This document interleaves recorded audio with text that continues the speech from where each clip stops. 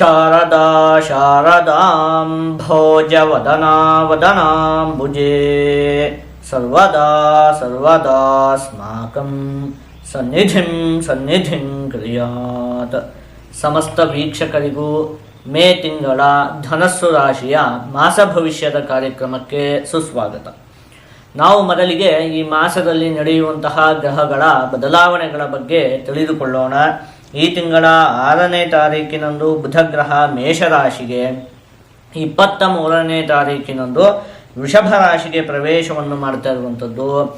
ರವಿಗ್ರಹ 14ನೇ ತಾರೀಕಿನಂದು ವೃಷಭ ರಾಶಿಗೆ, ಬೃಹಸ್ಪತಿ ಗ್ರಹ 14ನೇ ತಾರೀಕಿನಂದು ಮಿಥುನ ರಾಶಿಗೆ, ರಾಹುಗ್ರಹ 18ನೇ ತಾರೀಕಿನಂದು ಕುಂಭ ರಾಶಿಗೆ, ಕೇತುಗ್ರಹ ಸಿಂಹ ರಾಶಿಗೆ ಪ್ರವೇಶವನ್ನು ಮಾಡ್ತಾ ಇರುವಂಥದ್ದು. ಶುಕ್ರಗ್ರಹ 31ನೇ ತಾರೀಕಿನಂದು ಮೇಷರಾಶಿಗೆ ಪ್ರವೇಶವನ್ನು ಮಾಡ್ತಾ ಇರುವಂಥದ್ದು.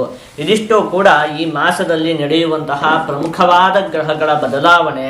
ನಾವೀಗ ಇದನ್ನೆಲ್ಲ ಆಧರಿಸಿ ಈ ಮಾಸದಲ್ಲಿ ಧನಸ್ಸು ರಾಶಿಯವರಿಗೆ ಯಾವ ರೀತಿಯಾದಂತಹ ಫಲ ಪ್ರಾಪ್ತಿಯಾಗಲಿದೆ ಅಂತ ಹೇಳಿ ಒಂದೊಂದಾಗೆ ನೋಡ್ತಾ ಹೋಗೋಣ. ಮುಖ್ಯವಾಗಿ ಈ ಮಾಸದಲ್ಲಿ ರಾಹುಗ್ರಹ ಮತ್ತೆ ಗುರುಗ್ರಹ ಬದಲಾವಣೆಯನ್ನು ಹೊಂದುತ್ತಾ ಇರುವಂಥದ್ದು. ನಾವೀಗ ಏನು ಮಾಡೋಣ ಅಂತ ಹೇಳಿ ಆದರೆ, ಮೊದಲು ನಿಮಗೆ ಉಳಿದಂತಹ ಗ್ರಹಗಳಿಂದ ಈ ಮಾಸದಲ್ಲಿ ಏನು ಫಲಪ್ರಾಪ್ತಿಯಾಗತ್ತೆ ಅನ್ನುವಂತಹ ವಿಚಾರವನ್ನು ನೋಡೋಣ. ಕೊನೆಗೆ ಈ ರಾಹುಗ್ರಹ ಮತ್ತೆ ಬೃಹಸ್ಪತಿ ಗ್ರಹ ಬದಲಾವಣೆಯನ್ನು ಹೊಂದುತ್ತಾ ಇದೆಯಲ್ಲ, ಇದರಿಂದ ಏನು ಫಲಪ್ರಾಪ್ತಿ ಆಗತ್ತೆ ಅನ್ನುವಂತಹ ವಿಚಾರವನ್ನು ನೋಡೋಣ. ಮೊದಲಿಗೆ ಉಳಿದಂತಹ ಗ್ರಹಗಳಿಂದ ನಿಮಗೆ ಈ ಮಾಸದಲ್ಲಿ ಪ್ರಾಪ್ತಿಯಾಗುವಂತಹ ಫಲಗಳು. ನಿಮಗೆ ಷಷ್ಠಭಾವದಲ್ಲಿ ರವಿಗ್ರಹದ ಸ್ಥಿತಿ ಇರುವಂಥದ್ದು. ಆ ಸಂದರ್ಭದಲ್ಲಿ ಷಷ್ಠೇ ರವೋ ಸುಸೌಖ್ಯದಾತ ಯತ್ನ ಕಾರ್ಯಾರ್ಥ ಸಾಧನಂ ದೇಹಾರೋಗ್ಯಾದಿ ಸಂತೋಷಂ ವಸ್ತ್ರಧಾನ್ಯಾದಿ ಲಾಭಕೃತು ಅಂತ ಹೇಳಿರುವಂಥದ್ದು. ಅಂದರೆ ಮುಖ್ಯವಾಗಿ ಷಷ್ಠೇ ರವೋ ಸುಸೌಖ್ಯದಾತ, ಮನಸ್ಸಿಗೆ ಒಂದು ನೆಮ್ಮದಿ ಅಂತ ಹೇಳುವಂಥದ್ದು ನಿಮಗೆ ಪ್ರಾಪ್ತಿಯಾಗತ್ತೆ. ಯತ್ನ ಕಾರ್ಯಾರ್ಥ ಸಾಧನಂ, ನೀವು ಯಾವುದೇ ಕೆಲಸಕ್ಕೆ ಕೈ ಹಾಕಿದ್ರೂ ಕೂಡ ಅದರಲ್ಲೆಲ್ಲ ನಿಮಗೆ ಯಶಸ್ಸು ಅಂತ ಹೇಳುವಂಥದ್ದು ಪ್ರಾಪ್ತಿಯಾಗತ್ತೆ. ದೇಹಾರೋಗ್ಯಾದಿ ಸಂತೋಷಂ, ಹಾಗೆ ಆರೋಗ್ಯದ ವಿಚಾರದಲ್ಲಿ ಉಂಟಾಗುತ್ತಿದ್ದಂತಹ ಕೆಲವೊಂದಷ್ಟು ಸಮಸ್ಯೆಗಳು ಕೂಡ ಈ ಮಾಸದಲ್ಲಿ ನಿಮಗೆ ಬಗೆಹರಿಯುತ್ತೆ. ವಸ್ತ್ರಧಾನ್ಯಾದಿ ಲಾಭಕೃತು, ಒಂದಷ್ಟು ವಿಷಯಗಳಲ್ಲಿ ನಿಮಗೆ ಲಾಭ ಅಂತ ಹೇಳುವಂಥದ್ದು ಕೂಡ ಉಂಟಾಗುತ್ತೆ. ಇನ್ನು ವಿದ್ಯಾರ್ಥಿಗಳಿಗಂತೂ ಈ ಮಾಸ ಅತ್ಯಂತ ಉತ್ತಮವಾಗಿದೆ. ಶತ್ರುಗಳಿಂದ ಉಂಟಾಗುತ್ತಿದ್ದಂತಹ ಕೆಲವೊಂದಷ್ಟು ಸಮಸ್ಯೆಗಳು ಕೂಡ ಈ ಮಾಸದಲ್ಲಿ ಬಗೆಹರಿಯುತ್ತೆ. ಇದಿಷ್ಟು ಕೂಡ ಉಳಿದಂತಹ ಗ್ರಹಗಳಿಂದ ನಿಮಗೆ ಈ ಮಾಸದಲ್ಲಿ ಪ್ರಾಪ್ತಿಯಾಗುವಂತಹ ಫಲಗಳು.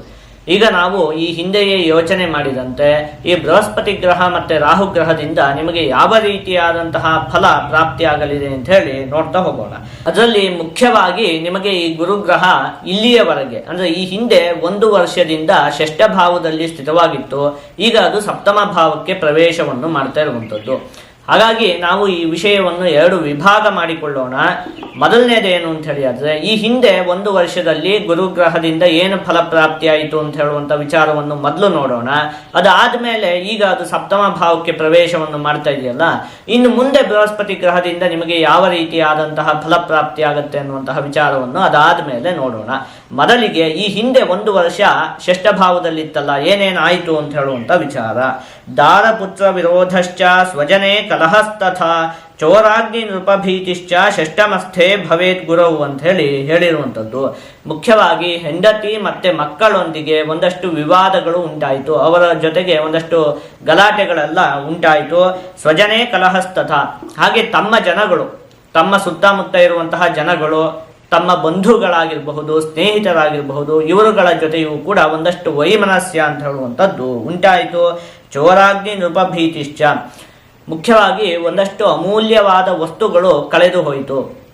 ಅಂದರೆ ಫೋನ್ ಆಗಿರಬಹುದು, ಎಲ್ಲೋ ಹೋಗಿರ್ತೀರಿ ಅಲ್ಲೇ ಎಲ್ಲೋ ಇಟ್ಟು ಬಂದ್ಬಿಡುವಂಥದ್ದು ಇರಬಹುದು, ಆ ರೀತಿಯಾಗಿ, ಅಥವಾ ಯಾವುದೋ ಒಂದಷ್ಟು ಅಮೂಲ್ಯವಾದಂತಹ ವಸ್ತುಗಳು ಕಳೆದು ಹೋಯಿತು ಅಂತ ಹೇಳಿ. ಅದಾದ್ಮೇಲೆ ಉದ್ಯೋಗದ ವಿಚಾರದಲ್ಲಿಯೂ ಕೂಡ ಮೇಲಧಿಕಾರಿಗಳಿಂದ ನಿಮಗೆ ಒಂದಷ್ಟು ಸಮಸ್ಯೆ ಅಂತ ಹೇಳುವಂಥದ್ದು ಉಂಟಾಯಿತು.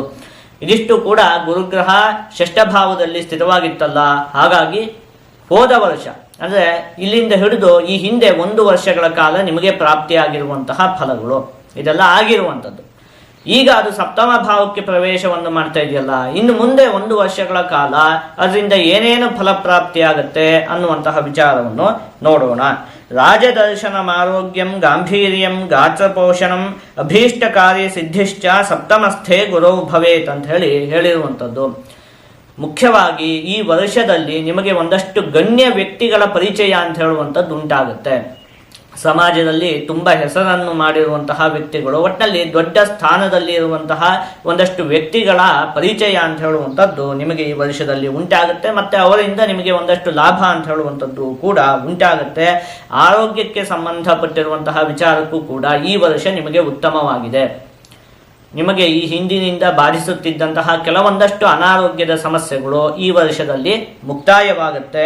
ಇನ್ನು ಗಾತ್ರಪೋಷಣ, ನೀವೊಂದು ಸ್ವಲ್ಪ ದಷ್ಟಪುಷ್ಟರಾಗ್ತೀರಿ ಅಂತ ಹೇಳಿರುವಂಥದ್ದು. ಅದೇ ಹೇಳಿದ್ದು ಏನು ಆರೋಗ್ಯದ ವಿಚಾರ, ದೇಹಕ್ಕೆ ಸಂಬಂಧಪಟ್ಟಿರುವಂತಹ ವಿಚಾರಕ್ಕೆಲ್ಲ ಈ ವರ್ಷ ಅತ್ಯಂತ ಉತ್ತಮವಾಗಿದೆ.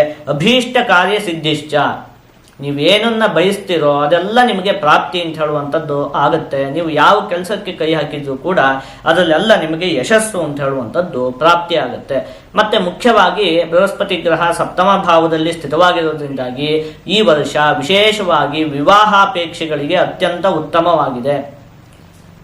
ನೋಡಿ, ಒಂದು ಒಳ್ಳೆ ಹುಡುಗ ಬೇಕು ಅಂತ ಹೇಳಿ ಹುಡುಕ್ತಾ ಇರ್ತೀರಿ, ಅಥವಾ ಒಂದು ಒಳ್ಳೆ ಹುಡುಗಿ ಬೇಕು ಅಂತ ಹೇಳಿ ಹುಡುಕ್ತಾ ಇರ್ತೀರಿ, ಎಷ್ಟು ಹುಡುಕಿದ್ರು ಕೂಡ ಸಿಗ್ತಾ ಇರುವುದಿಲ್ಲ. ಆ ರೀತಿಯಾದಂತಹ ಸಮಸ್ಯೆಗಳೆಲ್ಲ ಇದ್ದಂತಹ ಪಕ್ಷದಲ್ಲಿ ಅದೆಲ್ಲ ಈ ವರ್ಷದಲ್ಲಿ ಬಗೆಹರಿಯುತ್ತೆ. ವಿವಾಹಾಪೇಕ್ಷೆಗಳಿಗೆ ಈ ವರ್ಷ ಅತ್ಯಂತ ಉತ್ತಮವಾಗಿದೆ.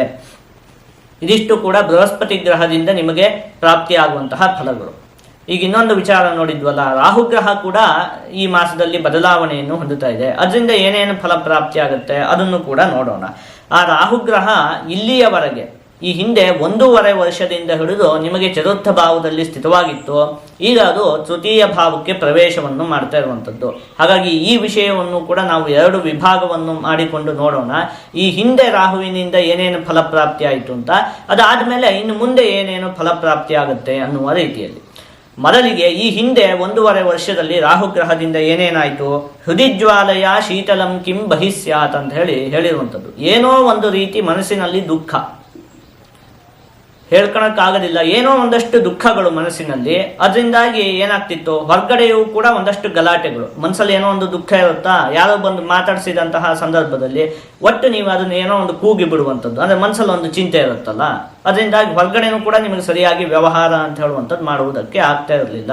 ಇನ್ನು ವಾಹನಗಳಿಗೆ ಸಂಬಂಧಪಟ್ಟಿರುವಂತಹ ವಿಚಾರದಲ್ಲಿಯೂ ಕೂಡ ಕೆಲವೊಂದಷ್ಟು ಸಮಸ್ಯೆಗಳು ನಿಮಗೆ ಉಂಟಾಗಿರುವುದಕ್ಕೆ ಅವಕಾಶ ಅಂತ ಹೇಳುವಂಥದ್ದು ಇದೆ. ಯಾಕೆ ಹೇಳಿ, ಇದು ರಾಹುಗ್ರಹ ನಿಮಗೆ ಚತುರ್ಥ ಭಾವದಲ್ಲಿ ಸ್ಥಿತವಾಗಿತ್ತಲ್ಲ, ಈ ಹಿಂದೆ 1.5 ವರ್ಷದಿಂದ ಈ ರೀತಿಯಾದಂತಹ ಸಮಸ್ಯೆಗಳು ಅಂತ ಹೇಳುವಂಥದ್ದು ನಿಮಗೆ ಉಂಟಾಗಿರುತ್ತೆ. ಈಗ ಈ ಮಾಸದ 18ನೇ ತಾರೀಖಿನಂದು ಆ ರಾಹುಗ್ರಹ ನಿಮಗೆ ತೃತೀಯ ಭಾವಕ್ಕೆ ಪ್ರವೇಶವನ್ನು ಮಾಡ್ತಾ ಇರುವಂಥದ್ದು. ಇನ್ನು ಮುಂದೆ 1.5 ವರ್ಷಗಳ ಕಾಲ ಏನು ಫಲಪ್ರಾಪ್ತಿ ಆಗುತ್ತೆ ಅಂತ ಹೇಳಿ ಈಗ ನೋಡೋಣ.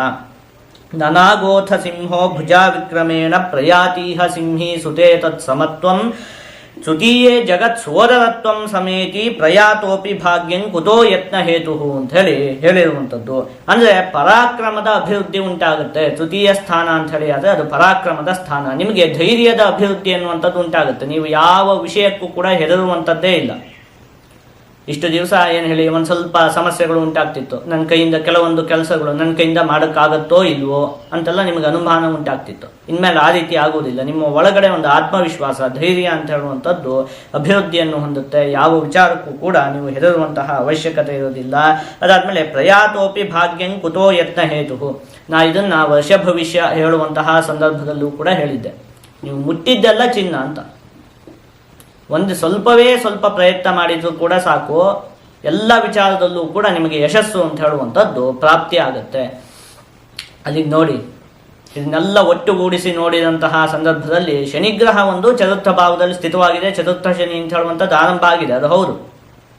ಅದರಿಂದ ಕೆಲವೊಂದಷ್ಟು ಸಮಸ್ಯೆಗಳು ಅಂತ ಹೇಳೋದು ಉಂಟಾಗುತ್ತೆ. ಅದಕ್ಕೆ ನಾನು ಪರಿಹಾರನೂ ಕೂಡ ಹೇಳಿದ್ದೀನಿ. ಆ ಪರಿಹಾರನ ನೀವು ಮಾಡ್ಕೊಂಡ್ಬಿಟ್ರೆ ಅದರಿಂದ ಅತಿ ಹೆಚ್ಚು ಸಮಸ್ಯೆ ಅಂತ ಹೇಳುವಂಥದ್ದು ಉಂಟಾಗುವುದಿಲ್ಲ. ಅದೇ ನೋಡಿ, ರಾಹುಗ್ರಹ ಅತ್ಯಂತ ಉತ್ತಮವಾಗಿ ಸ್ಥಿತವಾಗಿದೆ. ಮುಖ್ಯವಾಗಿ ಬೃಹಸ್ಪತಿ ಗ್ರಹ ನಿಮಗೆ ಸಪ್ತಮ ಭಾವದಲ್ಲಿ ಅತ್ಯಂತ ಉತ್ತಮವಾಗಿ ಸ್ಥಿತವಾಗಿದೆ. ಹಾಗಾಗಿ ಏನು ಹೇಳಿ, ಇನ್ನು ಮುಂದೆ ನಿಮಗೆ ಅಭಿವೃದ್ಧಿ ಅಂತ ಹೇಳುವಂಥದ್ದು ಆರಂಭ ಆಗುತ್ತೆ. ಇಲ್ಲಿಂದ ನಿಮ್ಮ ಒಂದು ಆಟ ಅಂತ ಹೇಳುವಂಥದ್ದು ಆರಂಭ. ಇಲ್ಲಿಂದ ಮುಂದೆ ನಿಮಗೆ ಇನ್ನು ಅಭಿವೃದ್ಧಿ ಅಂತ ಹೇಳುವಂಥದ್ದು ಆರಂಭ ಆಗುತ್ತೆ. ಇನ್ನೊಂದು ವಿಚಾರ, ಕೇತು ಗ್ರಹ ಕೂಡ ನಿಮಗೆ ನವಮ ಭಾವದಲ್ಲಿ ಸ್ಥಿತವಾಗಿದೆ. ಅದರಿಂದ ಕೂಡ ಒಂದಷ್ಟು ಆಧ್ಯಾತ್ಮಿಕ ವಿಷಯಗಳಲ್ಲಿ ಆಸಕ್ತಿ ಅಂತ ಹೇಳುವಂಥದ್ದು ಉಂಟಾಗುತ್ತೆ. ಈಗ ನಾವು ಏನೇನು ಮಾಡಿದ್ವಿ ಹೇಳಿ, ಮೊದಲು ನಿಮಗೆ ಉಳಿದಂತಹ ಎಲ್ಲ ಗ್ರಹಗಳಿಂದ ಈ ಮಾಸದಲ್ಲಿ ಏನು ಫಲಪ್ರಾಪ್ತಿ ಆಗುತ್ತೆ ಅನ್ನುವಂತಹ ವಿಚಾರವನ್ನು ನೋಡಿದ್ವಿ. ಅದಾದ್ಮೇಲೆ ಬೃಹಸ್ಪತಿ ಗ್ರಹದಿಂದ ಈ ಹಿಂದೆ ಏನಾಗಿತ್ತು, ಮುಂದೆ ಏನಾಗುತ್ತೆ ಅಂತ ಹೇಳುವಂತ ವಿಚಾರವನ್ನು ನೋಡಿದ್ವಿ. ಅದೇ ರೀತಿಯಾಗಿ ರಾಹು ಗ್ರಹದಿಂದಲೂ ಕೂಡ ವಿವೇಚನೆಯನ್ನು ಮಾಡಿದ್ವಿ. ಈಗ ಇದನ್ನೆಲ್ಲ ಒಟ್ಟುಗೂಡಿಸಿ ಒಂದೊಂದೇ ವಿಚಾರದಲ್ಲಿ ಈ ಮಾಸದಲ್ಲಿ ನಿಮಗೆ ಯಾವ ರೀತಿಯಾದಂತಹ ಫಲ ಪ್ರಾಪ್ತಿಯಾಗಲಿದೆ ಅಂತ ಹೇಳಿ ನೋಡ್ತಾ ಹೋಗೋಣ.